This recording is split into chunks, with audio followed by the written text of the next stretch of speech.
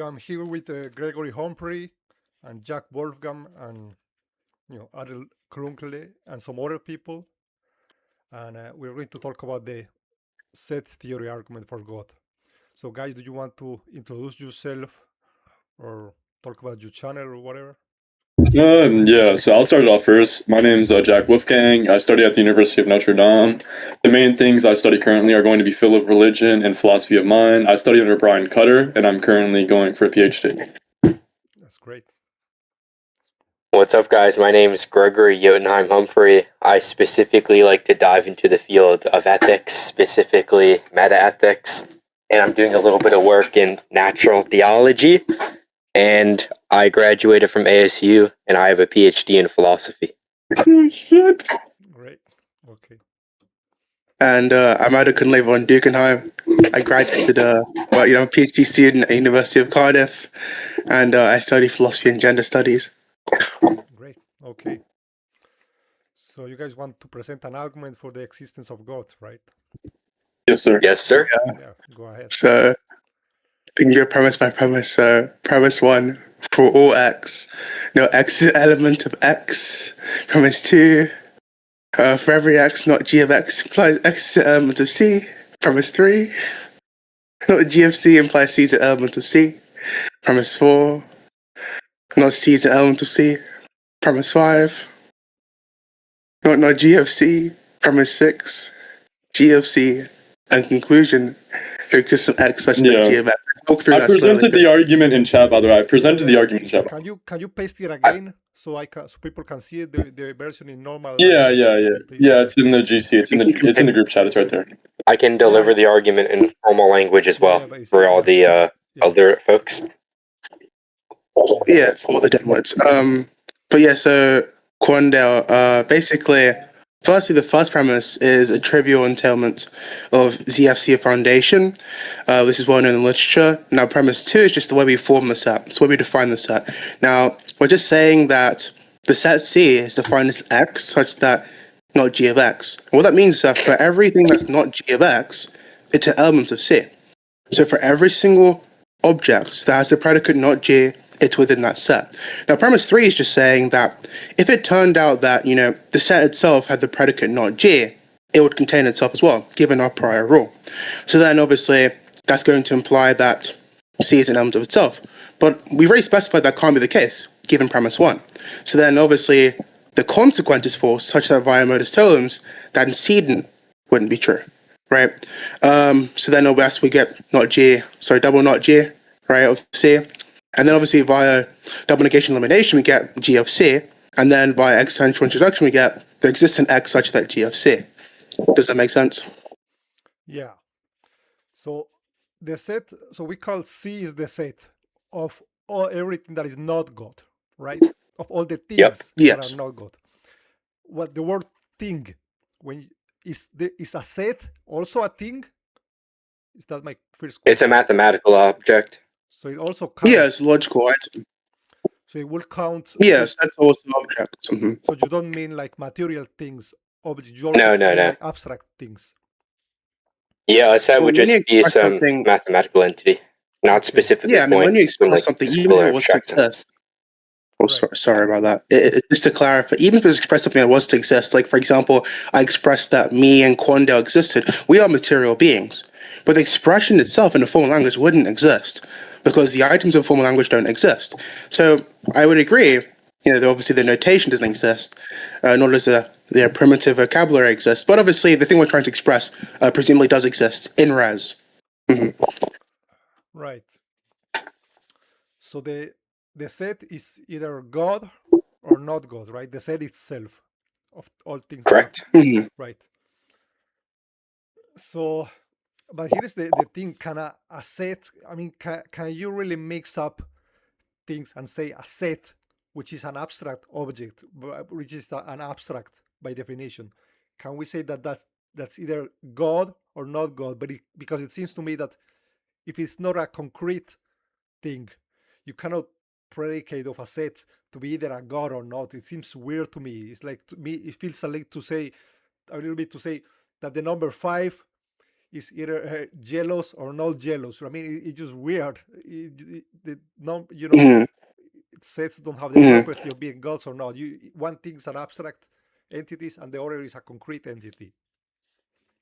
Well, there's two things being mixed up here. One thing is like an issue concerning category errors. So saying a number is jello or not seems to be a categorical error because obviously we don't take numbers to be jellos and we don't take numbers to be tasty, so they probably won't be jellos.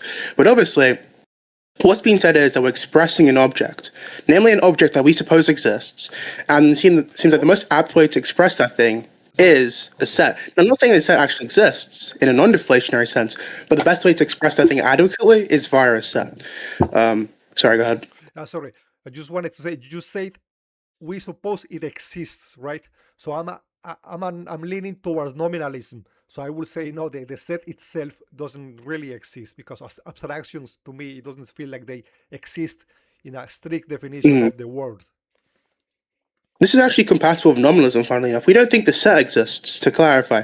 We think the thing we're trying to express, or maybe a better word is to translate, does exist. For example, going back to the example I gave you earlier, me and you both exist in reality. We're material objects. But if I wanted to say that, me and Quandale exist, me and Quandale Dingle, we would say that, it is myself as one object and yourself as well as another object. That'd be a collection of two objects. So it expressed as a set of a cardinality of two. Right? So the set doesn't exist. The way we're expressing that we exist, it doesn't actually exist. The set is a nominal object, like we both agree on. But we ourselves, what's being expressed, aren't nominal objects. This is similar to the type token distinction. Okay, I see. So yeah, the set is going to be either a god or not a god, right? So I will obviously say, I have to say that it's not a god, right? From my materialistic perspective. But Mhm. the problem is this will cause then the set to have to include itself, right? Mhm. Because if it's not a god, then it's also part of the things that are not a god. So it will include Yeah. itself. But this is Yep. not possible under The axiom set of theory. regularity. Yeah. Yeah. Okay, but there's one problem. That axiom applies to, I don't know, I'm not sure about this.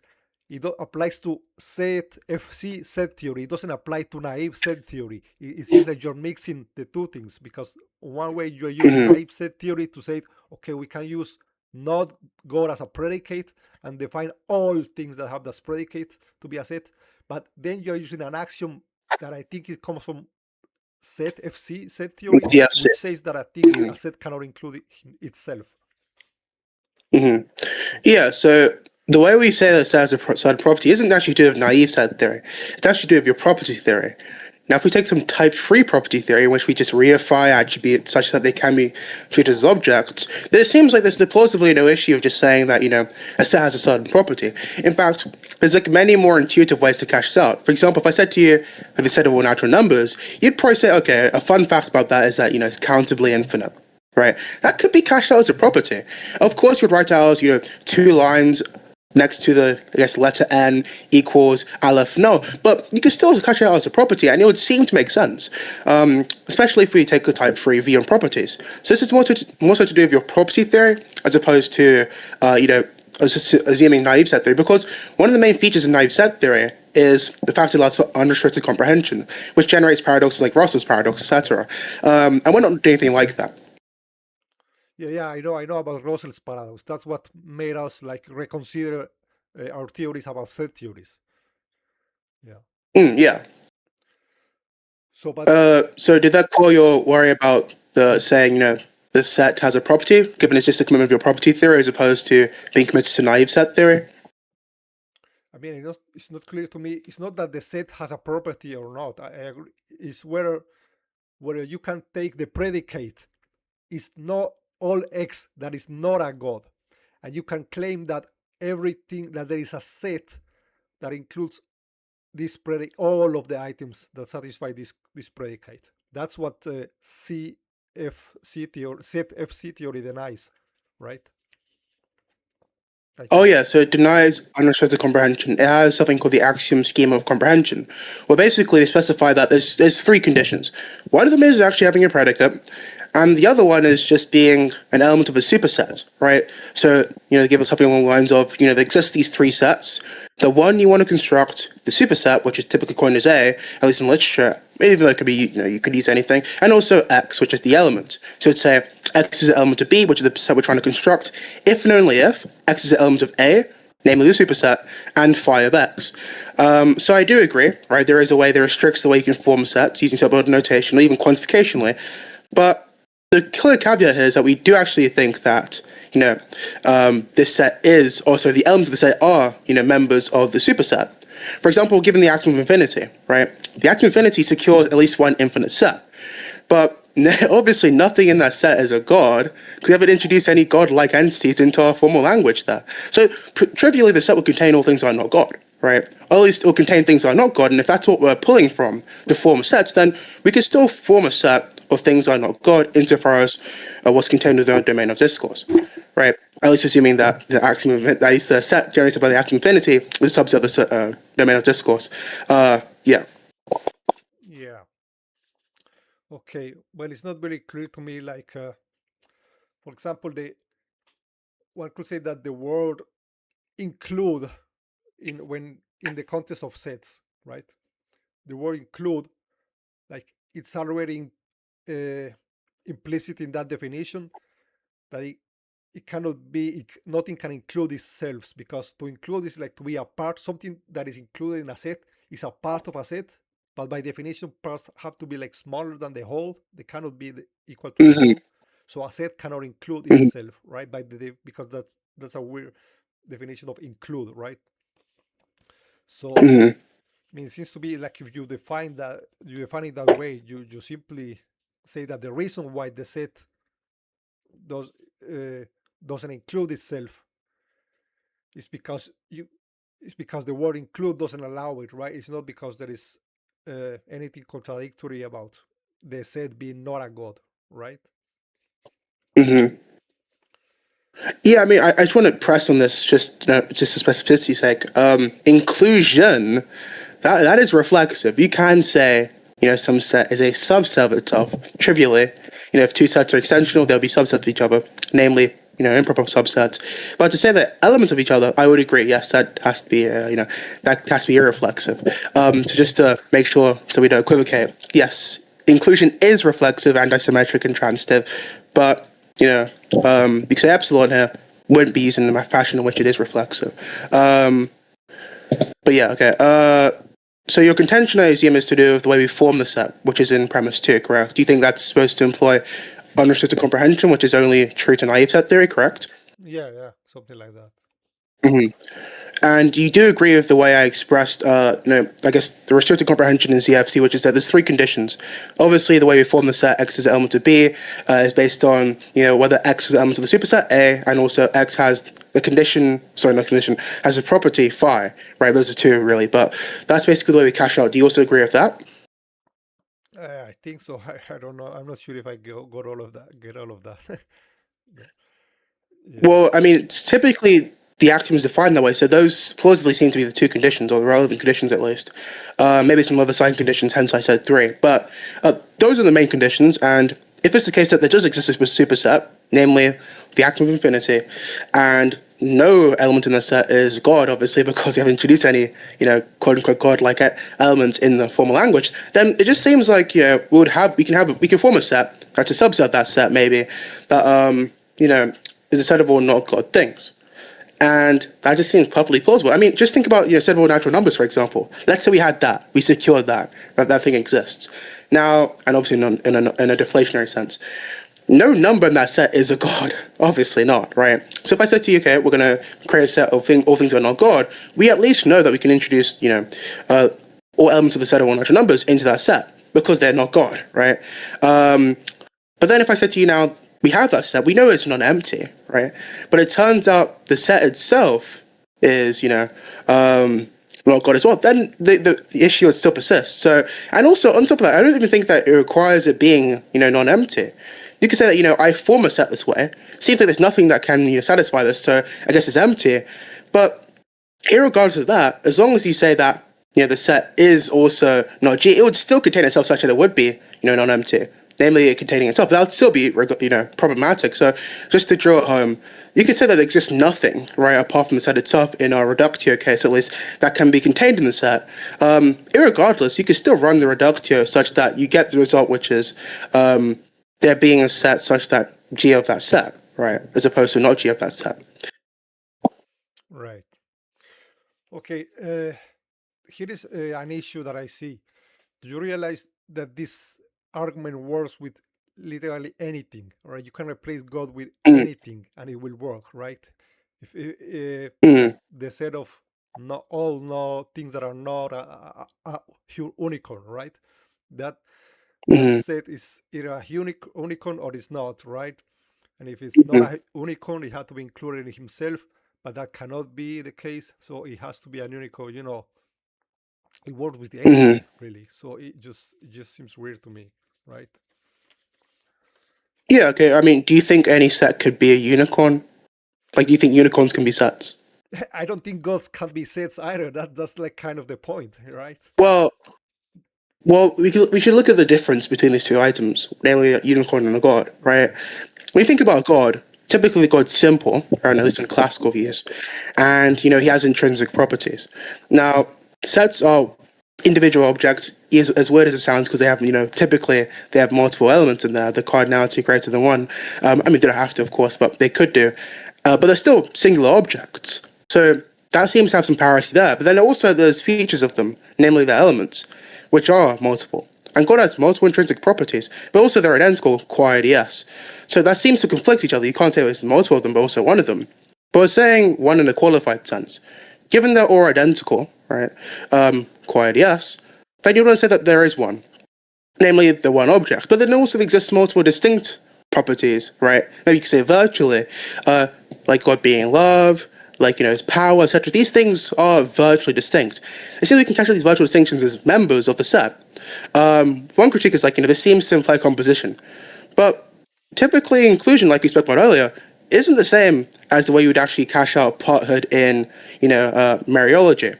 Parthood in Mariology is much more, similar to some antisymmetric transitive reflexive relation, whereas inclusion, which is also transitive reflexive and antisymmetric, wouldn't be used to say that, some X is an element of a set. The same way you'd want to say that some, part is a proper part of a certain whole, right?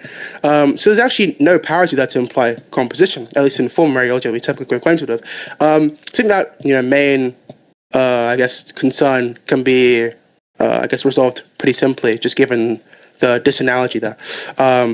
But yeah, no, that's why I would want to express God as a set. But then unicorns are complex objects; they're not singular objects. And on top of that, you also wouldn't say they have this intrinsic property they're identical to. Of course not. So then it seems like the parity there, licensors are saying it wouldn't be a set because sets are identical to their elements for extensionality. If I had a set with the elements 1, 2, and 3, and I had another set with elements 3, 2, 1, they would be identical via extension because they have all the same members. Whereas you wouldn't say the same for a unicorn. You wouldn't want to say that, the unicorn's identical to its given quote-unquote intrinsic properties because the unicorn is not, absolutely divinely simple. So that'll be some other point of dissimilarity such that we have no good reason to believe that unicorns can be expressed as sets. Sorry, yeah, go ahead. Okay. But I do think we have one reason to say why God cannot be a set, namely that a set for to me it seems like an abstract thing, and God has to be a concrete thing. So that will be okay. That will be the problem. That will be the thing making it impossible for God to be a set. Okay. Now, do you agree we are concrete things? Yeah. Okay. When I express the statement, there exists a quando dingle. Now, is that supposed to imply that quando dingle is now no longer, a concrete object, given the expression itself in a formal language would not be concrete on nominalism? I don't know what is a quadodengo. Sorry. I said Juan. Maybe my pronunciation isn't great. Yeah. Oh, sorry. Juan. But yeah, so yeah, let's say I express that you exist. Right? I'll say there exists an X such that in a Q of X. Why can't you say there exists some C ... right? Where C is denoting you. It's a constant representing Quan, right? Whatever, right? That's we both agree that's not concrete, right? Sorry, I didn't get that. the concept of me. Okay. The concept of me. That's what you mean. It's not concrete. Well, the way we represent you formally wouldn't be concrete, of course. Saying there exists some x such as x is 1 wouldn't be concrete, but you are concrete. No, So there needs to be a principal distinction between the expression and what we are expressing. yeah. The thing we're expressing can definitely be concrete, or at least could be abstract, could exist in some form, and also be expressed in a deflationary manner, right? Under some nominalist here. So that's actually perfectly compatible. I wouldn't say sets exist, of course not, but I would say God exists. And all I'm saying is, I'm not saying God is identical to a set, right? I'm not saying the thing that exists is identical to a set. I'm saying that the thing that we want to prove exists, or would give good reason to believe exists, can be expressed as such, right? And I've given reasons to why I think it would be expressed best as a set. Right. But here's the thing: when you say that the sets, if you say the set of all concrete things that are not God, okay, we are still in the realm of concrete. We will say like the sum of it, in a way, is concrete, right? I cannot get it. But when you say it at the beginning, no, the set can also include abstract things like numbers, like the sets themselves, right? Now that thing is both abstract, is the sum of some abstract thing and some concrete things, and at that point it cannot be a god, because a god cannot be abstract. I don't see like how can a set be, how can you say of a set this is either god or not, right? It's just a set.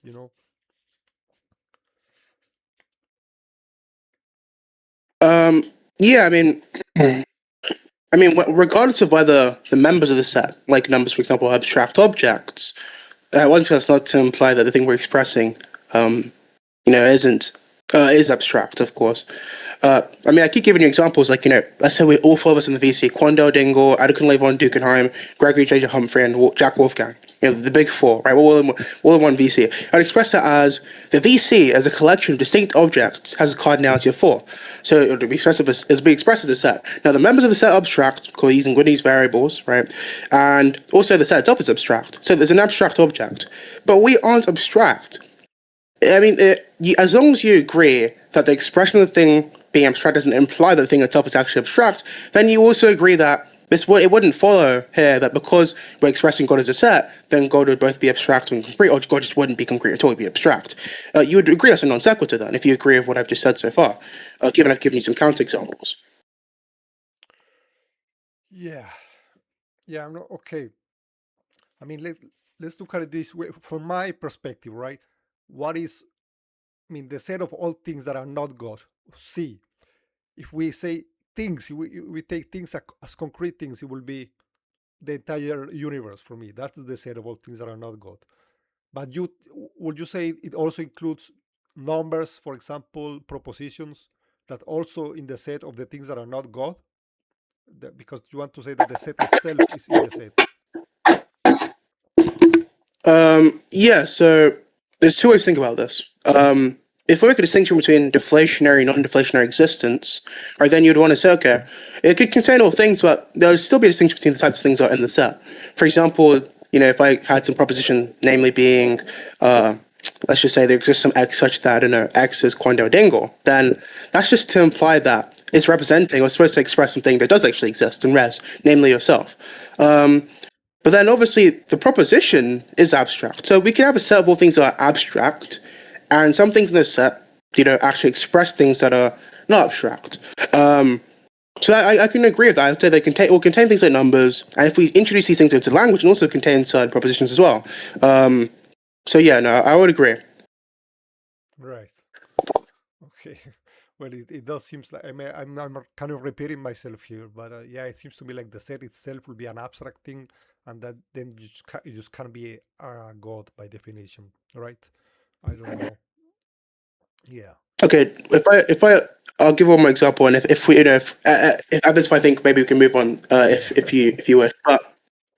But so we agree that implicit what it means to be God, that thing wouldn't be concrete, right? Sorry, that thing wouldn't be abstract. Sorry. Yeah.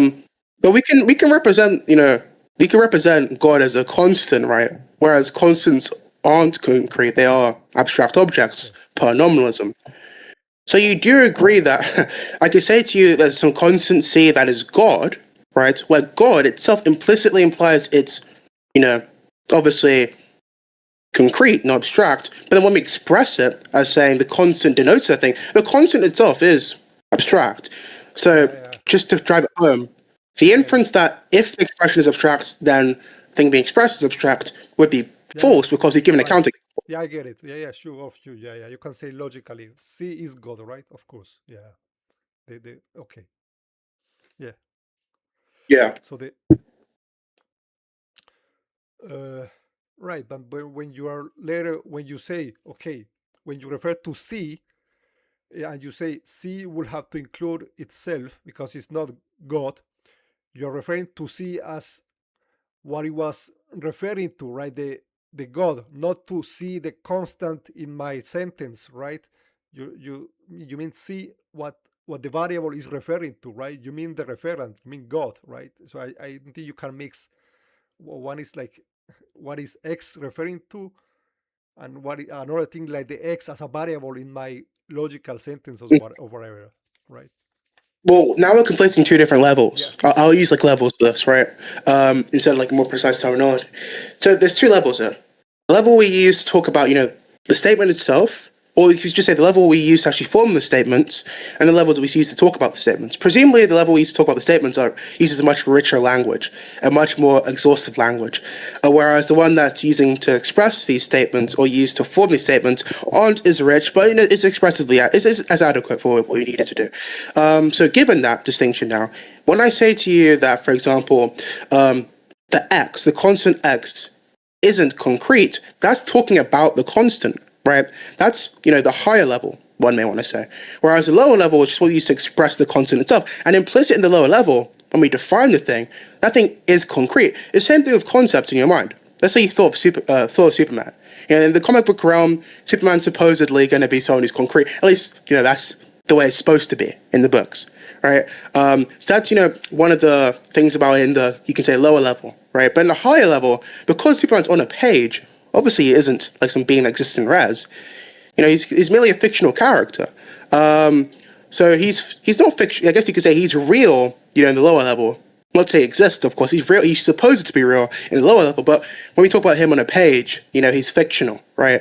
And when you say that, there seems to be a contradiction there, saying that, it's both abstract and concrete, you're conflating these two levels now. Yeah. So, okay, yeah, I get it. So let me ask you something. Maybe we can go back to something you said about why the unicorn, which is complex, right, which has parts, cannot be a set, but God can because of simplicity. And you say that God, despite having multiple elements, can be taught as having no proper parts because it's not exactly the same. Elements and parts are not exactly the same.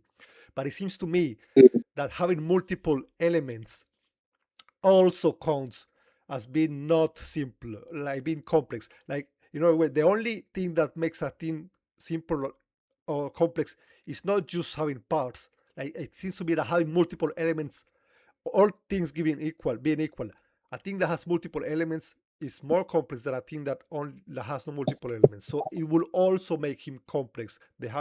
In my view. What do you think? Yeah, I understand the intuition. In fact, I do appreciate the intuition. I think also, prima facie seems to imply complexity because there exist these things that, in some sense, can be construed as less than the whole, right? Obviously, if we're going to refer to the amount of elements in a set, right, in contrast to its elements, you would say, okay, the element is like one thing, whereas a set seems to be multiple things. It contains multiple things. So, insofar as that, at least, it's less than the whole. But we're making one mistake there, which is that sets, no matter how big they are considered to be singular objects, irregardless. Whereas when we want to count the amount of elements, that we use cardinality. That's not to imply as multiple objects. Now, also more confusingly, the elements themselves are also considered to be objects as well, which is really weird, right? So it's like, there's multiple objects in this thing, but it's also one object. Really weird stuff. But apart from the fact that, this isn't the same as part membership or being a proper part of something in full Mariology, on top of that, as long as we agree it's one object, right? And also as long as we agree that the way we count these types of things are distinct, so the way we say that, the set is one object as opposed to the way we say that there exist multiple distinct elements in a set is distinct, then you can't just say that, they're less than, because when you say less than, the way you're quantifying both of the operands should be the same way. it's absurd as saying to you that I'm less than you because you're 6'4" and I am, let's just say, I don't know, 40 kg, right? That would be absurd because we're using two different metrics here. Now they're both using numbers, of course, and if you just strip away the metrics and just say, 6.4 versus 40, it seems like 40 is larger, which would make it even more absurd. But we're not counting things in the same way, or I shouldn't say counting, sorry. The metric isn't the same, right? So it seems like conflating two things here. So as long as we agree that distinction exists when it comes to sets, then even if it does seem intuitive to say that it is complex, it wouldn't be, given the way we cash out complexity, which is that it has at least one proper part, and proper parts are less than the whole. Yeah. Yeah, that's what I was getting at. I mean, is that the official definition of complexity, or definition of complexity something that one could quibble with? Like I could say, no, it seems to me that that's not the only definition you can have of complexity. Sorry, could you repeat that? You cut out for me. Like it's been having parts like the only possible way for something to be complex, right? Or can I disagree with that definition and say no? I think having multiple elements also makes something complex, right? Or is like complexity defined as only having proper parts? Well, I mean, obviously, all terms of polysemous, you can define it however you'd like. You can say it's complex quads, members. You can say whatever you like. Honestly, it's no issue. But then we should probably look at the fact that you're equivocating then. Because when I say God's simple, which is like the main operative thing right now, I guess in this section of the discourse, I'm saying he has no proper parts, right? He's mereologically simple.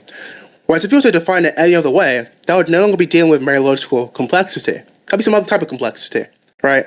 And in that case, it would be equivocating. Because you would want to make the inference that, if some being is simple, then it's not complex.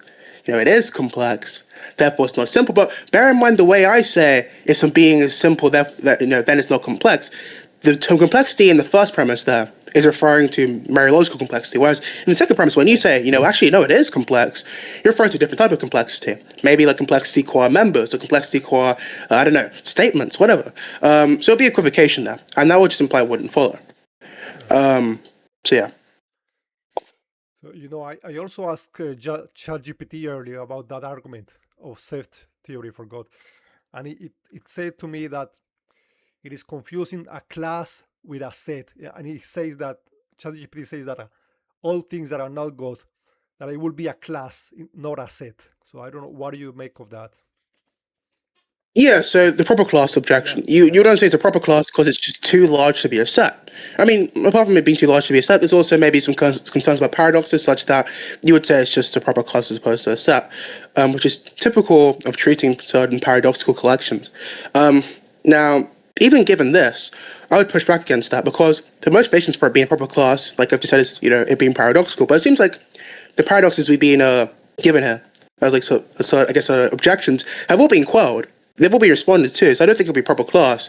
Now, concerning I guess the point we left out, which is whether it's too large to be a set, there's like a few ways we could figure out if a set's too large to be a set. Obviously, it's like things concerning power sets, right? Whether, having the power set of that certain set entails some sort of contradiction or absurdity.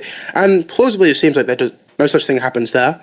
So then, it seems like there's really no reason to think it's a proper class, unless there's some other reasons that you haven't told us yet. But it seems like, from what I've heard so far, there's no real good reason to say it's a proper class, even accounting for I guess you can say, the too large to be a set, quote unquote, type of objections or qualifications.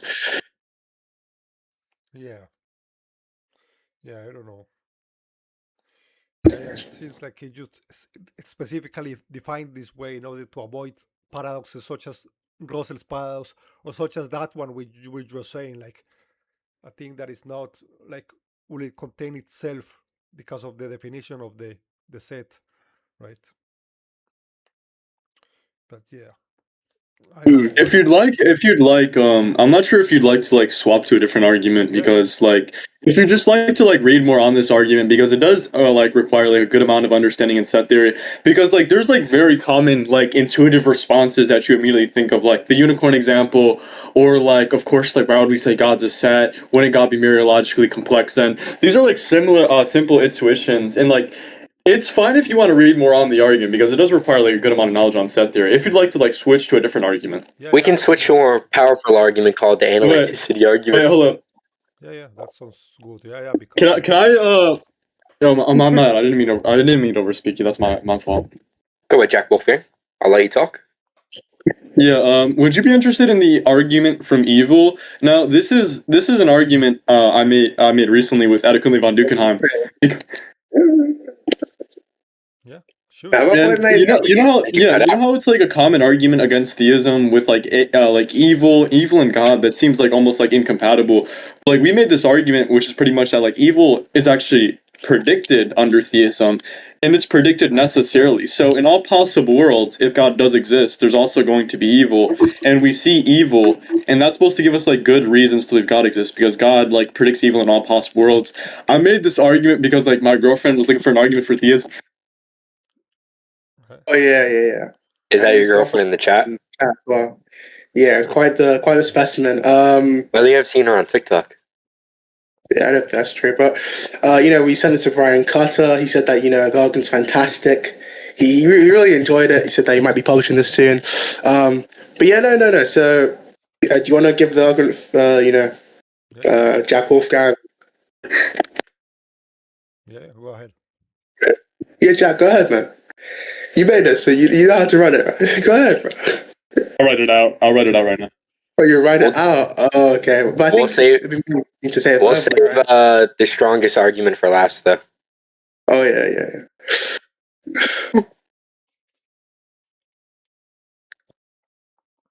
I would say, by the way, I think it works. The problem of evil works better if you say suffering instead of evil. Like suffering is what is really unexpected in under theism, right? Even more than evil. But, yeah. Yeah, we're willing to say that like suffering, we can just group suffering and evil together because I feel like for most instances of suffering, there are things which we should prevent. Of course, when it comes to like natural evils like a hurricane, you can't really say that like, oh, we ought not do hurricanes because like we're not the ones who like make hurricanes, right? But we have this other theodicy called the emission theodicy, and we can like add this in because we believe that like natural evils are caused by free agents. I know it might seem extremely weird. It's an emission theodicy made by Brian Cutter. Me and Brian Cutter actually worked on it together. I'm willing to present that too, but that can be something for later, right? Yeah. Okay, so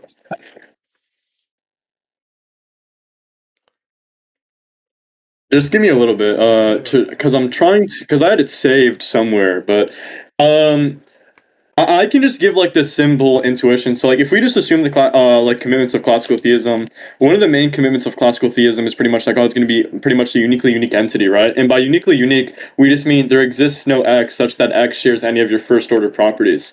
And one of God's first order properties, as I'm sure you're familiar with, is the property of being all good, right? So God is all good. And what being all good entails is you just don't do any evil acts. So what we're going to say is, given the fact that God's unique and God is all good, there can't exist another entity which is all good. And if that's the case, then there can't exist an entity which does no evil acts. And if that's the case, and God, we affirm modal collapse, right? That's just that God like necessarily creates in all possible worlds the same things.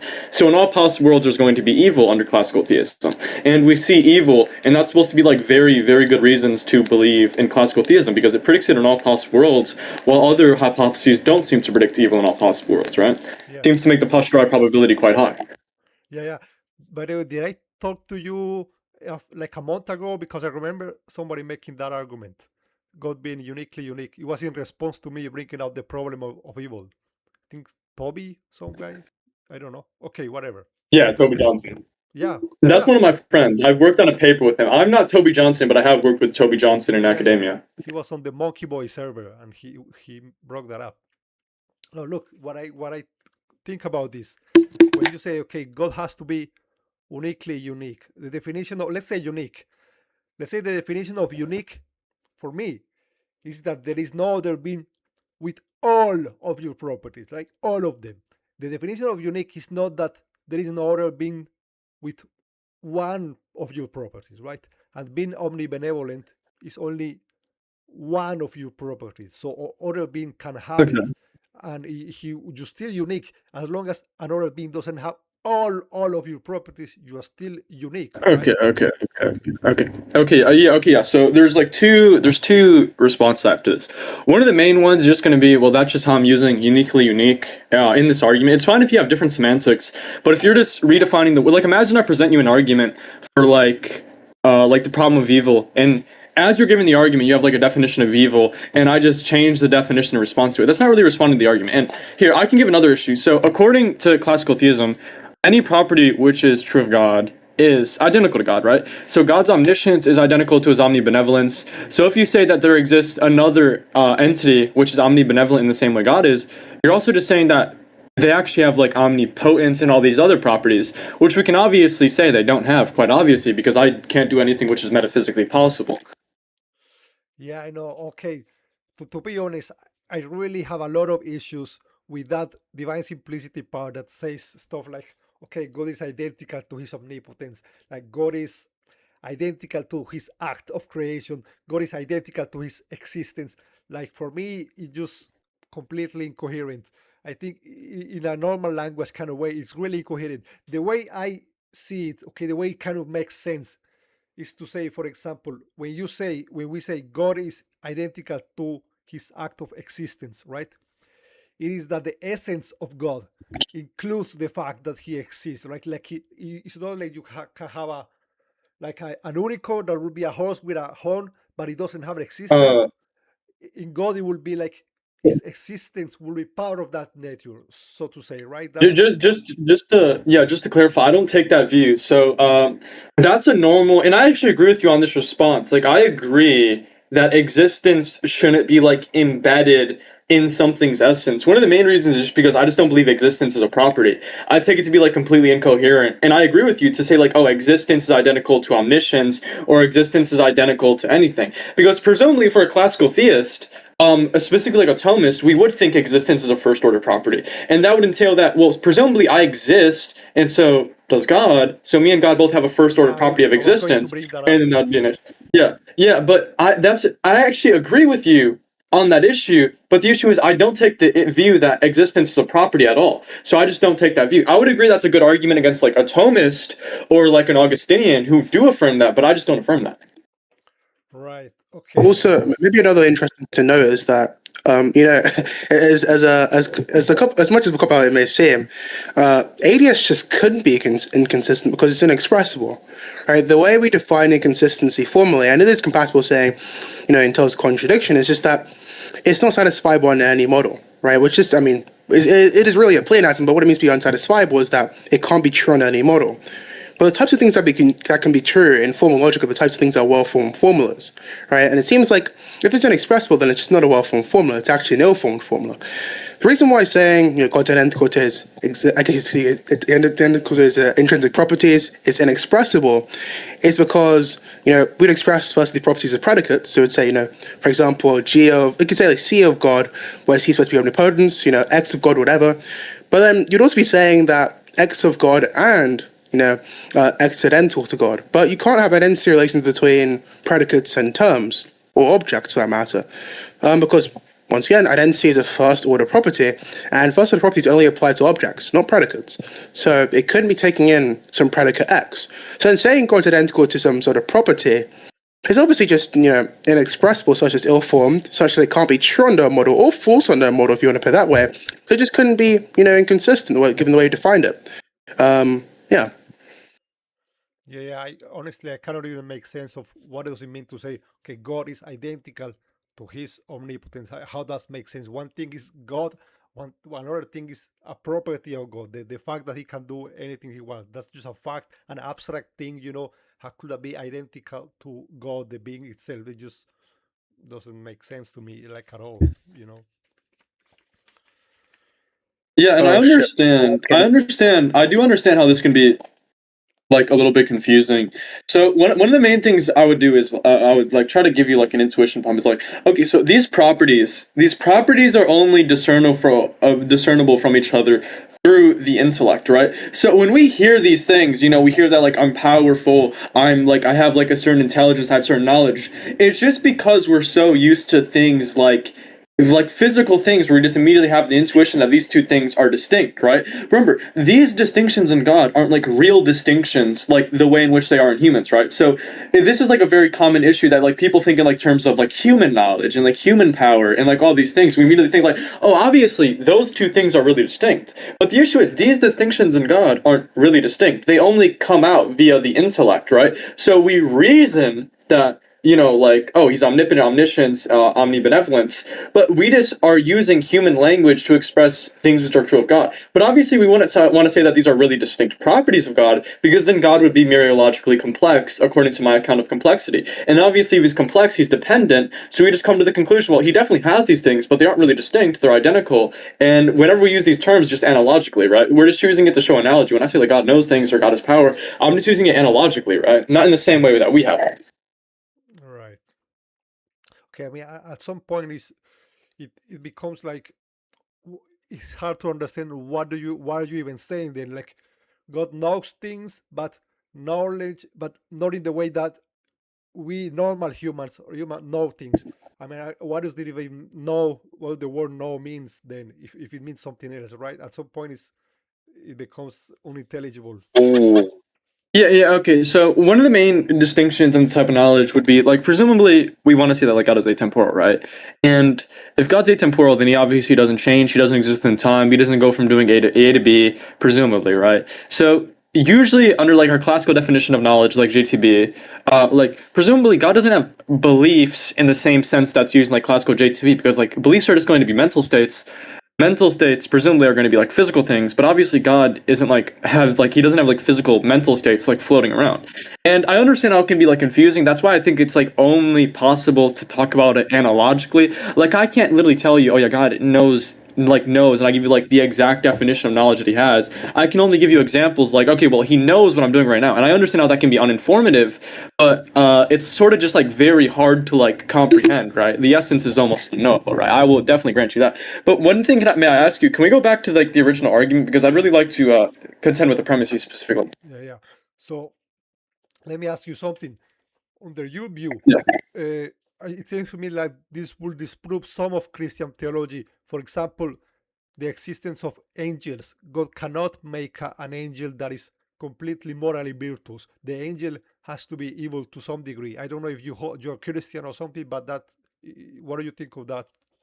Yeah, I absolutely agree, and this is actually like very common within our theology. So, to go back to like my paper with Brian Cutter on the, I mean, it's not published yet; it's coming out soon.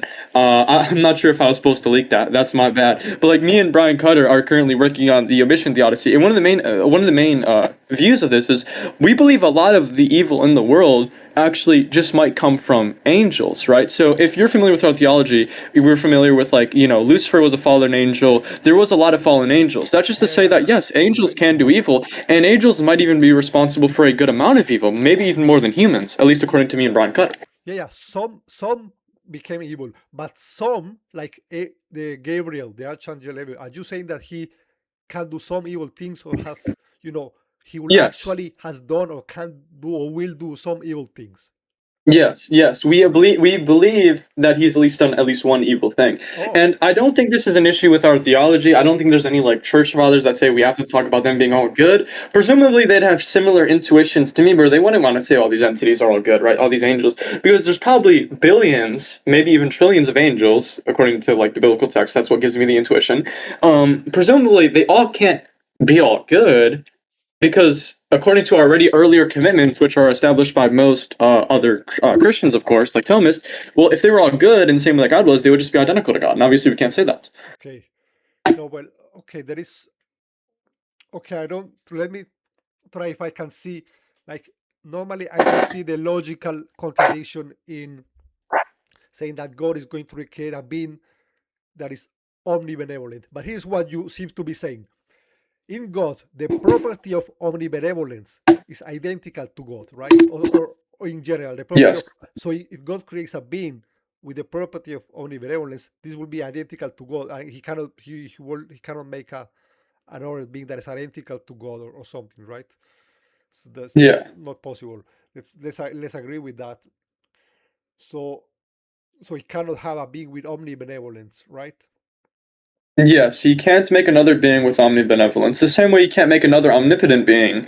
So this mainly just comes from an issue with omnipotence, and I can agree. I can agree with you that like the way in which omnipotence is classically defined, it seems like almost incoherent, right? And you come into like a lot of paradoxes. This is why most modern theologians have like stepped away from the definition of omnipotence, where it's just like, oh, he can do literally anything, or he can do like anything logically possible. Because if he can do anything logically possible, presumably he could do evil too. Because doing evil acts is logically possible because we do evil acts, right? And if something's logically possible for one entity, it's logically possible for all entities via axiom 5, right? So obviously we wouldn't want to say that he can do evil because in a possible world he could do evil, entailing that he has a contingent property.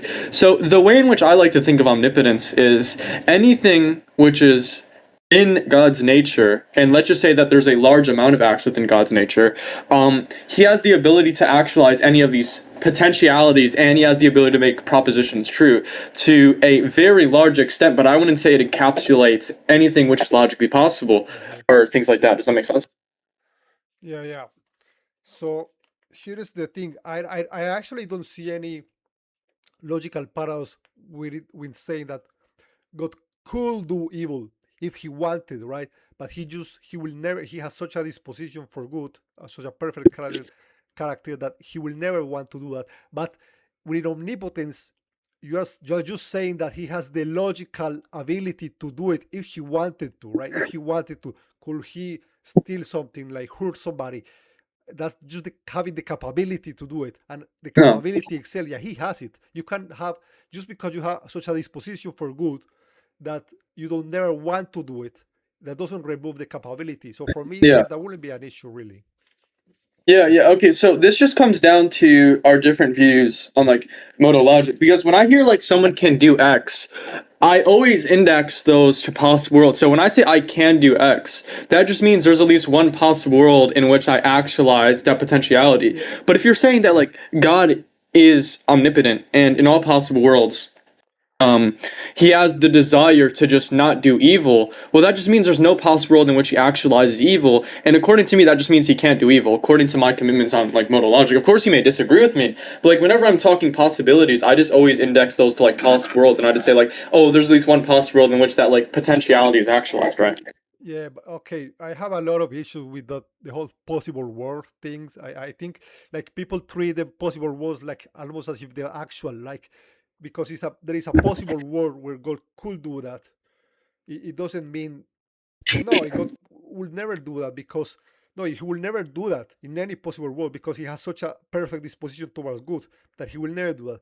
To say that there is just a capability for God for him to do that, right? He just has the Yeah. capability. You can say he has the capability. It doesn't require for that to be like for it to be. It's gonna sound stupid for I'm it to not. be possible for this capability to be actualized. I mean, in every possible world, God has such a strong disposition for good that He will never do evil. I Yeah. agree, but he's saying, Well, yeah, go ahead. the issue is, I'm not sure how you're using capability then, because, like, imagine I had the ability to commit murder. That just means that there's, like, some counterfactual possibility that I did commit murder. Like, let me give you an example of, like, are you familiar with, like, necessitarianism, right? Presumably, we want to say that, like, I can choose between, like, X and Y, right? Presumably, that'd be, like, true if we're not a necessitarian, but let's, like, just assume necessitarianism. Well, I actually can't, right? Because in all possible worlds, the counterfactual doesn't have the possibility of obtaining. So, like, let's say I already did an action like 10 minutes ago, right? I hopped on this Discord call, right? In all possible worlds, I am never not hopping on this Discord call. That's just to say I can't not hop on this Discord call. So whenever we say like something has the capacity to do something, again, that just means that like there's at least one counterfactual possibility of it happening, presumably, but there is no counterfactual possibility of God doing it. There is no like there's no possible world in which he does do that evil, right? There is literally just, it's not true under any valuations given the commitments of classical theism, presumably. Yeah, okay. No, I don't. I see having the capability as something different. Well, I think you're muted. Oh, you were cutting out at the beginning. Yeah. I saw that. I Yeah, this just might be an issue with like, by the way, you're like cutting out. I'm not sure. You're like Yeah. cutting out, bro. I see Yeah, something yeah. You weird keep about getting the mic. muzzled. Hold on. Yeah, but like a similar issue, according to my view, has been brought up by like. Okay, yeah. Okay, Maybe yeah. it was. Yeah, but like this is a similar view which is also held by like William Lane Craig, Wait for where him to- like according he can probably hear. I'm still here. I'm still Yeah, here. we can hear you, Matter. We can hear you. Okay. Yeah, we can hear you. Yeah. Could you turn your cam back on if you don't mind? Maybe because Yeah. I'm thinking the Very camera makes complicated. the thing. Yeah. I don't think so. Or maybe it was that GIF. It's fine. We can do no camera. Now Yeah. that I'll be real. Yeah, we can do no camera. That's perfectly fine. Okay, yeah. So I think this just comes down to like a semantic issue of capability, because I can understand the intuition, but I just hold like a position like William Lane Craig where capability just entails counterfactual possibility. So there's like a way in which the world could have been in which you did do an evil act. But if that's the case, then one of God's attributes are going to be contingent, Yeah. which would entail that God is identical to something contingent, but God's defined as necessary. So he's necessary and contingent at the same time, which would just be a P and P. Yeah, I'm not sure about that, right? I mean, I just see capability as, having the theoretical ability, even if you will never want to do that, right? I don't see any conflict there. I don't see someone saying, "Oh, but that's not the case." Yeah, that's fine. I feel like it'd just be better to go back to like the syllogism, because like this just seems like an issue that's not even like prevalent in the argument. Can we just? Well, I mean, what is your Yeah, what's up? argument? Why should I believe that God has to be uniquely unique, right? That's just analytic. That's literally just analytically true. That's just a commitment of the view. Really, is part of the definition of God or something? Yeah, the classical theists are committed that like God being uniquely unique is literally just analytically true. Okay. So being uniquely unique entails that all of your first, no being can have any one of your first. First order properties. First Right. order properties. Yes. Because you're identical to the property. It's not even that, because like presumably you can also like so uniquely uniqueness is just like a second order property, and you don't even have to be like necessarily identical to your property. Like I can give an example of like, let's say we have like a uniquely unique alien, right? Yeah. If uniquely uniqueness is actually true of this entity, that just means that like any of its first order properties, like let's say maybe greenness, no other thing can have that, right? That's not to say that like the alien is identical to his greenness and like his size. But that just means that no other entity can have it. So it's not entailed by it being like them being identical. It's just entailed by the second order property. Right? Right. Okay. Yeah. I mean, I'm not sure about that. I mean, like, okay, I mean, I don't really agree that it still seems inconsistent to me. That's to say that God Himself is identical to the property of omnipotence, like in an actual way. That seems really weird to me. But I'm trying to find a way where I can grant you that and still like respond to your argument. So So which specifically out of the propositions that I've been presenting, specifically the evil argument, do you reject? Because I feel like it's just easier if we just like stay linear like that, and we just immediately reject the premise and we just like argue about that. right. So you think? I mean, intuitively, it doesn't seem like it's it's impossible at all or contradictory at all to say God can make a being with such a strong disposition toward moral goodness that he will never want to do evil, right? It doesn't seem to be Not even any logical contradiction there.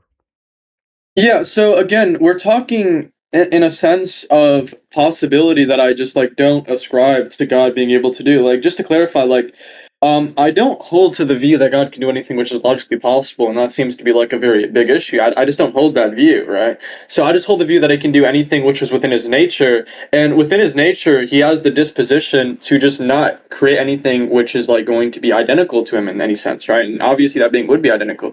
So let's just focus instead of on logical possibility. Are you familiar with like metaphysical possibility as cashed out by like Kripke or like Platinga? Because it's just easier to talk in those sense. I mean, kind of. I'm not exactly super familiar with that, but kind of, yeah. Okay, yeah, so let's just focus on the evil argument. So yes, I just do hold the position that he can't create another entity which can do no evil acts. So for any entity E, if this entity E exists, then there exists at least one evil act in which this entity does, right? So presumably God creates in all possible worlds. So in all possible worlds, there's evil. You So cut God off. necessarily predicts evil. Right. You kind of cut off there a bit. Yeah, so presumably God necessarily creates, so that's just say in all possible worlds, God's always creating something. So in all possible worlds, there's going to be beings which aren't omnibenevolent, which entails that they're all going to do at least one evil act. So evil's necessary. So like if P necessarily predicts Q, and we see Q, and all other hypotheses only predict Q, like rarely, or maybe they don't even predict Q at all, we're obviously going to choose the hypothesis which predicts P. If celibus paribus, of course, if celibus paribus, all else is equal, of course, we're always just going to predict P, just given the fact that it always predicts it, right? And I would say that evil always predicts, God always predicts evil. We see evil, of course. So that just gives that just raises the probability of theism to like a rational degree, I'd say. Right. No, I don't. But why is there? I don't see why is there a possible world where God. There could be a possible world where God makes an entity that is also omnibenevolent, or perfectly morally righteous, right? Okay, yeah. So I believe his omnipotence is like confined to his desires and his nature, right? And he just doesn't desire that. Presumably, it's just a commitment of the view that he just doesn't desire that, and that's going to be. It would just be mere. I'm not analytically true. That might be incorrect to say, but it's merely just entailed by like what I think God is. It's just entailed by the type of God that this argument is using. He just wouldn't desire for there to be another omnibenevolent being, and he just couldn't make another omnibenevolent being, given the fact that he's uniquely unique. Because if he wasn't uniquely unique, if there exists another being which is his first order property, then that being shares one of its first order properties, entailing that is not uniquely unique, but it's baked into this definition of God that he is uniquely unique. So you get the contradiction of him being uniquely unique and not uniquely unique. So that's the issue. That's why you can't create a being which shares his other first order properties, given the fact that we have already established that he is uniquely unique, right? So what is a first order property? How do you know that exactly that? So what is a first order property? Yeah, it's just a property of It's any property that's just proper to an object as opposed to being proper to predicate. Yeah, so it's just a property of an object instead of being a property of a property. So like you can pretty much view any higher order property, just any property above first order is always going to be like a property of a property. But a first order property is going to be a property of an object, right? So like we can say like grass is green, right? And some people, a good example of like a second order property, like some people take existence to be a second order property. So they don't say like existence is true of, like, let's say me, right? It's true of my property. So the existence is going to be a second order property. It's a property of my properties, right? I don't see why that's the case really. Existence is not a property. It's just a commitment. It was just an example. Okay. Yeah, it's just an example that like people use in literature. You can disagree with it, of course, and of course people do disagree with it, but it's the most held view that like existence is like a second order property. It's like a Quinian view. Okay. Yeah, because bear in mind, when we say second order property, let's just say it quantifies over first order properties. It's quantificational, which is the typical view, right? So if you do commit yourself to saying that existence is a quantifier, per Russell and other famous logicians' views, you'd also be just saying it's a second order property. I can actually send a source stating exactly this. So saying it's a second order property is just shorthand for saying it is quantificational, which is the typical view. Yeah. Okay. So let's take the property of knowing my name, right? Is that a first order property? Or I know your name is Wendell. Sorry, go ahead, Fane. Wait, no, Hodge, you can do this. You can do this, Hodge. You can do this. My wife. I have to go get a drink. I have to go get a drink. Well, okay. I think Gregory Humphrey can do it. My wife's currently in the room. Anyways, the question is just, is knowing your name a first order property or a second order property? No, the property that I know my name, the fact that I know my name, the property of knowing my name. The property, let's make a simple example, the property of knowing who is the president. Is that a first order property or not? Oh yeah. Okay, well then. no. So that's a property. that God and I We don't That's think first God knows order. propositions. Wait, hold up. This is the issue. We don't think God has propositional knowledge. Whenever we say like I know the president, that's or like I have the proposition that there is like the 47th president of the United States. We just don't think God knows in that sense. So the reason it would be different. The way in which God knows the president and the way in which we know the president is going to be the same type of first order property, right? So I agree that I know X is definitely going to be something which is first order, but we don't think God knows in the same sense that we do. So I understand the critique you're trying to land, but that would be the issue. Okay, well, maybe he could have made then if we can know things in a different kind of sense, then hey, maybe he could have made beings that are omnibenevolent in a different kind of sense, in a way that resolves also the problem. That would just be merely an equivocation. Okay, if you're just saying that a being can be omnibenevolent and it just does evil, then I'm just not sure. No, I'm not saying that. I'm saying like you just like you can say God knows things in a different way that we know things. We then maybe God can make a being that is omnibenevolent in a different sense that we are that Yeah, he is but omnibenevolent somehow. okay, Because for me it just doesn't make sense. You either know things or don't, right? okay. Yeah, so the issue with this is then that's just like equivocating and not responding to the argument then. Because like if you're just using omnibenevolence in a sense, in a different sense, then sure, you can say that he can create omnibenevolent beings because maybe you mean by omnibenevolence is like they do less than 100 evil acts. And like sure, we can say they're omnibenevolent according to those semantics, but that's not the type of thing this argument's dealing with. It's only dealing with the type of omnipotence. And this wouldn't even be like rejection of any of the premises either. Right. Yeah, what I'm trying to get at, maybe you can see it. I'm trying to show that God has a first order property that I have, right? So he knows who the president is, and you reject that. So maybe there is another property that he has, a first order property. I don't know. I don't know what could it be. The fact that he loves my wife. I don't know. For the fact that he loves my wife, right? And I also love my wife. So he Yeah. both have the property of loving me. Or does he also love in a different way? Yeah, it's just a different way. So like all these things you're gonna like do, like it's just going to be like so like love, knowledge. Remember all Right. If love, knowledge, Excuse me. if all of these things can be different, then why can't the disposition towards good acts be also be had in a different way? Yeah, I'm not by the way, I'm saying it can be, but if you're just using omnibenevolence in a different way, it's just not responding to the argument. Like to go back to the example earlier, like imagine I said I was like running a problem of evil and my interlocutor just says, okay, yeah, well, can there be different definitions of evil? And I say, absolutely. And then they just say, okay, well, my definition of evil is things which don't exist. This argument doesn't work because evil doesn't exist according to my semantics. Like, sure, you can do that. Every single terminology is going to be polysemous, but the way in which I'm using it in the argument, like if you change definition, that's just not responding to the argument. So I agree that like you can change the definition of omnibenevolence, Right? but like it's just not responding to my argument. Yeah. No, I'm not changing the definition of omnibenevolence. I'm saying I have it in a different way somehow, right? That's what you're doing with knowledge. Because I Yeah. could say, no, you're just changing the definition of knowledge. We didn't have knowledge. Well, that's just how he's stipulating the term. Right. Okay. So we wouldn't be making like an error in doing so because that's just all he means. So if you were to do a thing where you define it in such a way where it's not identical to his, then it's not even referring to his concept, so it's not even addressing what he's saying. Yeah. This is why we'd want to interpret our interlocutor's definition by however they're defining it. Yes, or stipulating it. precisely. Right.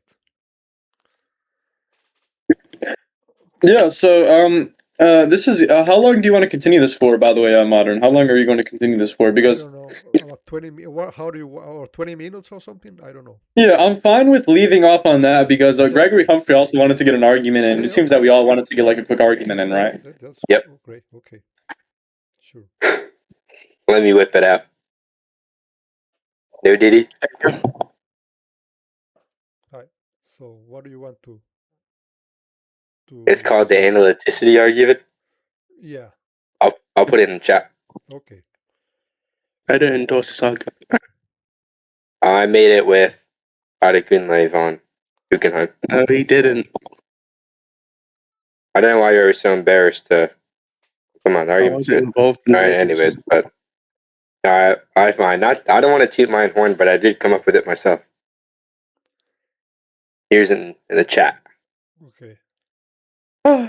Yeah, so it's just to say, for all x, if x's existence comes about from analyticity, then x exists. God's existence comes about from analyticity, therefore God exists. So in natural language, we would just want to say that the predicate existence is baked into the concept of God. And when I say God, all I really mean is an existing, necessary, bodiless agent that has a disposition to create whilst being impersonal, right? So then clearly we have an analytic truth, and if it's analytically true, then there's really no rejecting it. Right. Yeah, but that seems to me like just defining God as existent. Yeah, that's how I'm stipulating the term. So all I'm saying is that an existing, necessary, bodiless agent who has a disposition to create whilst being impersonal exists, and that's just analytically the case. Therefore, it's analytically true God exists. Right. I mean, I will disagree with that definition, right? What does it mean to disagree with the definition, since definitions aren't truth act? Yeah, if you define the word elephant as a building where people can live, for example, I will say no, that's not the definition of elephant, right? Oh So God. because God, the definition of God already exists. Is not that what you say, right? All right. Well, the error. So, like I said previous in Jack's segment, is just that that's just all I mean by the word. So when we do this thing to where we change the definition, it's just not addressing what I'd be saying. Therefore, it's not addressing the argument. So it wouldn't be a defeater at all. And the second concern is just like, I mean, that you could say maybe we like there's an error in the definition if it's like some prescriptive case where I would want to be saying that you ought use the term like this, but I'm not really doing that either. Because like I said previous, that's just really all I mean. And also, we know definitions aren't the types of things that could be true or false. So it's not like the definition's false. That would just be like a category error. No, but I think definitions can be wrong if they are not the same as the way the normal language uses the word, right? But that's not the construe of God I'm giving. I'm just giving a stipulative case, not giving like a lexical case. I don't see. I mean, I could just define a unreal cone as a unicorn that exists, right? I mean, how does that Yeah, prove that now, therefore, this real cone exists? yeah, it's just analytically true Yeah, but that since it just has the feature of existence. yeah, that seems something about it seems like obviously wrong to me. Don't do you think that? Wait. You do agree that it's just an analytic truth, though, right? So similar to how we would say if a bachelor is an unmarried man, for any x, if x is an unmarried man, then x is a bachelor. Yeah. Okay. Sure. Yeah. Okay. So I Yeah, agree and that if yeah. Okay. Sure. If God is this thing that exists and does this and that, well, then by analytically, then God exists, right? okay. So, all right, and then to be clear, you're an atheist, correct? Well, yeah, I'm an agnostic, but yeah. Oh, so you're an agnostic who believes that there is a existing bodiless necessary agent who has a disposition to create and is impersonal? No, I don't believe that there is that exists. Well, I mean, if your like doggastic attitudes don't lean towards true things, then I guess that could be the case. But you did agree that the argument was successful. Yeah, but there was an if at the beginning of the argument. If God is this thing that exists and does this and that, okay, then God exists, right? But we, like I said previous, that's how I'm stipulating God. So it's analytically true that that's what God is. Yeah, but I don't know, man. I mean, I cannot define, like, imagine I define the bag of money that actually exists and it's sitting next to me. Well, that doesn't make me rich, right? If we could do that, it would be great. But you cannot just Well, the define. error though is that in my construe of God, it's a construe in such a way to where God's impersonal. So even if we can do this thing where you can like place things in some temporal location that's near your temporal and spatial location, then it wouldn't even matter in the first place, since it wouldn't be analogous. I mean, yeah, it wouldn't be analogous, but what part of it makes it? Exactly. But it still apply. The objection will still apply. I mean, It applied, but it's not analogous. Presumably, you'd want to give an analogy to where if the analogy were successful, it would show that my case would be false, but you said it's not analogous, so even if granting your case, it would be trivial since it's compatible. Yeah, but I mean, I don't see how they're different, but how is they're different in a relevant sense, right? Because God's impersonal. So what does that matter for the sake of the argument? What does it matter if it's personal? The analytics applies to personal and impersonal things. Yeah, that's compatible with my view. By the way, did you say that God is impersonal? Isn't God supposed to be personal?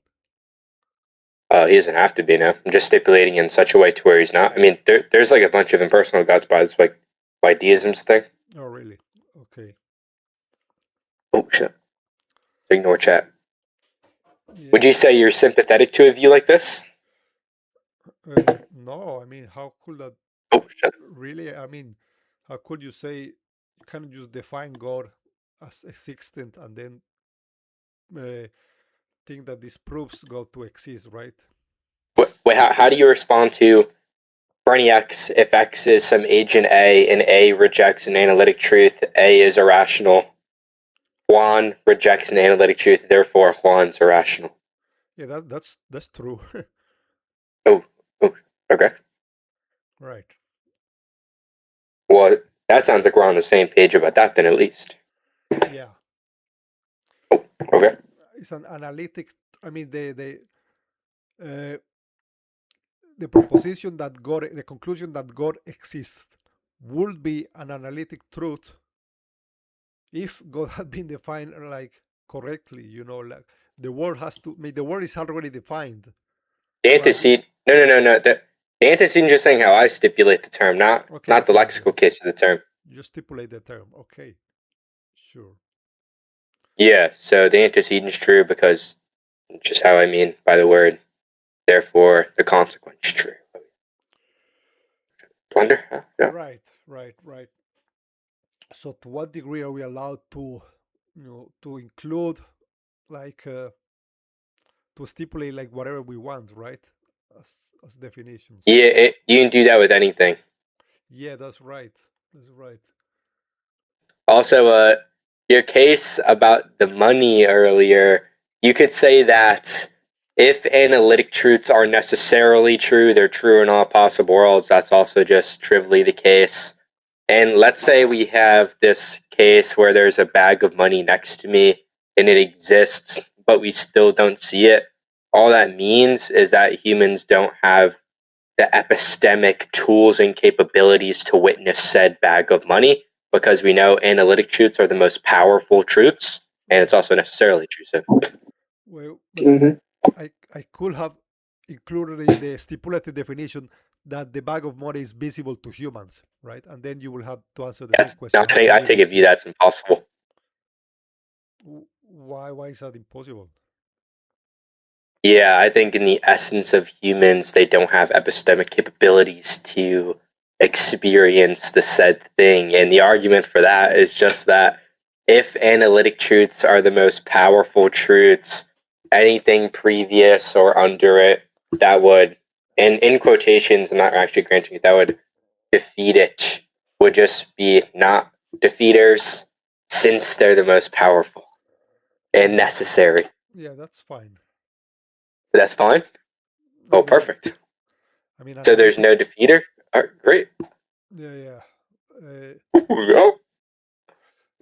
mean, well, I think that sounds like we agree then. Yeah, well, I mean, you have to see that this is it's like a joke argument or it's more like a trick, right? Oh. A semantics. No, I'm not. This is no joke. No, come on. I mean, you cannot define God. I'm gonna stipulate. I mean, like this work with anything, right? With the unicorn, with aliens. That just but we could say. Well, actually, what would be the error in that though? Because I hope you're not making a probabilistic case because we know analytic truths only have a probability of 1. Yeah. Therefore, if you're trying to say that if it's possible that we can come up with all these entities, and maybe you could say there's like concerns with ontological commitments, which would like lower the probability. That wouldn't be relevant since they're all analytic truths, so they like forced to have a probability of 1. Yeah.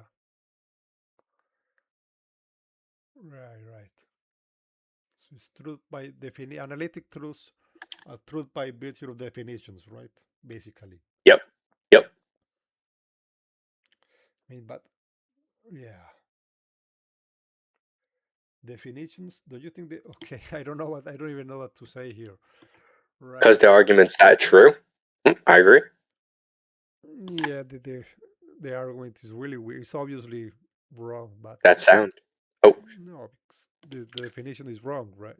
You cannot. It's like the definition begs the question in a way. If it's defined properly, whether God exists or not is what we're trying to conclude. So you cannot define him as it exists, right? I find question begging not to be a concern. Really? Yep. At least in this case, because it deals with analytic I mean, truth. think about all the cases in which circularity is tried to be levied as some sort of issue for a certain view or method. For example, of induction, right? There's always like there's critiques of like how if you were to try to justify induction inductively, given you can't justify it, deductively, maybe it's like slightly perverse so you can justify abductively. It's just to imply that would be circular because you're using the very method you want to justify. That's supposed to be a circularity critique, but we still use induction regardless, right? Yep. And this is like obviously a specific type of induction that he was referring to. So it seems like there are cases where circularity seems maybe admissible. Should be a problem because obviously the way we use the thing is incredibly successful and it's pragmatic. And same may apply for Gregory J. Humphrey's argument. Maybe that's a good reason to reject circularity being problematic here, right? Yeah.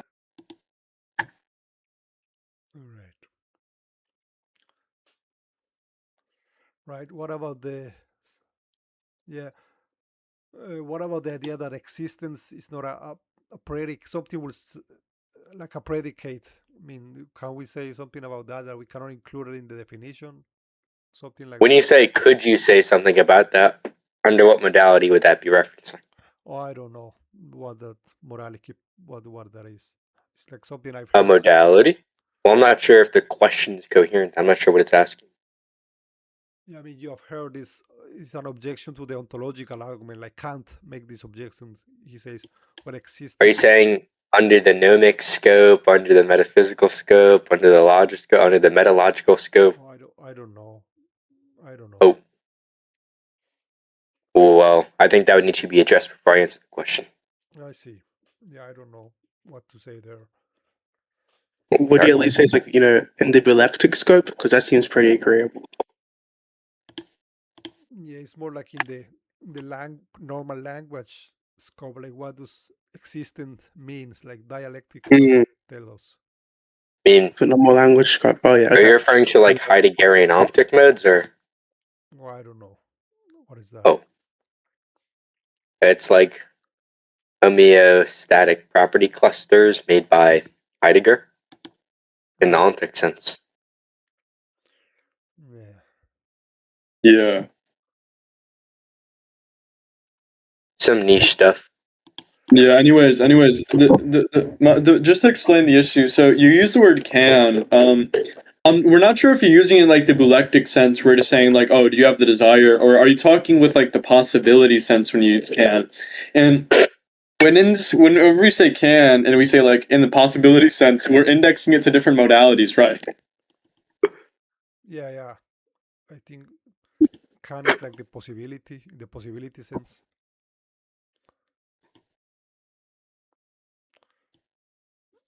Possibility. Like what type of possibility? Like logical, metaphysical, gnomic? Well, like what type of possibility?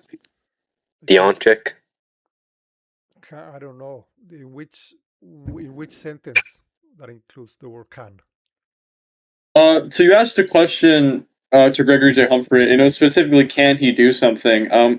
Like what type of can? It's fine. This is sort of like a meta point anyway. That's not what the Kant was, but he said, can it be a predicate? Yeah. I say it's Kant, Immanuel Kant, the philosopher. He said in response to the ontological argument that No, not Kant. I said Kant. No, you meant Kant. That's Kant, by the way. But you said, can existence be a predicate? And by can, since it's not referring to in the Boolean sense, we want to know if it's possible for existence to be a predicate. No. But Oh. Is the question? I mean, the real question will be: is existence a predicate? Yep. Right. Okay. Why did Kant say that it was not a predicate? Immanuel Kant, the Well, philosopher. I'm not sure the relevance. Okay. Now I'm just thinking, like when you say it, when you are defining God as existent, right? Yeah. I mean, where this definition is, I mean, I guess So when you we say could that, say if existence being a predicate doesn't contradict one of the laws of logic, it's logically possible for existence to be a predicate. I guess I don't know. If That's right. yeah, no, it does seems like a predicate to me to say Yeah, that something exactly. exists. Yep. I mean, you cannot. I mean, it just clearly you cannot define.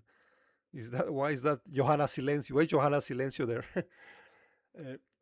Oh, that's one of our teachers. Yeah, I know that guy. He wanted to debate me on relative identity, but he's very busy. Oh yeah.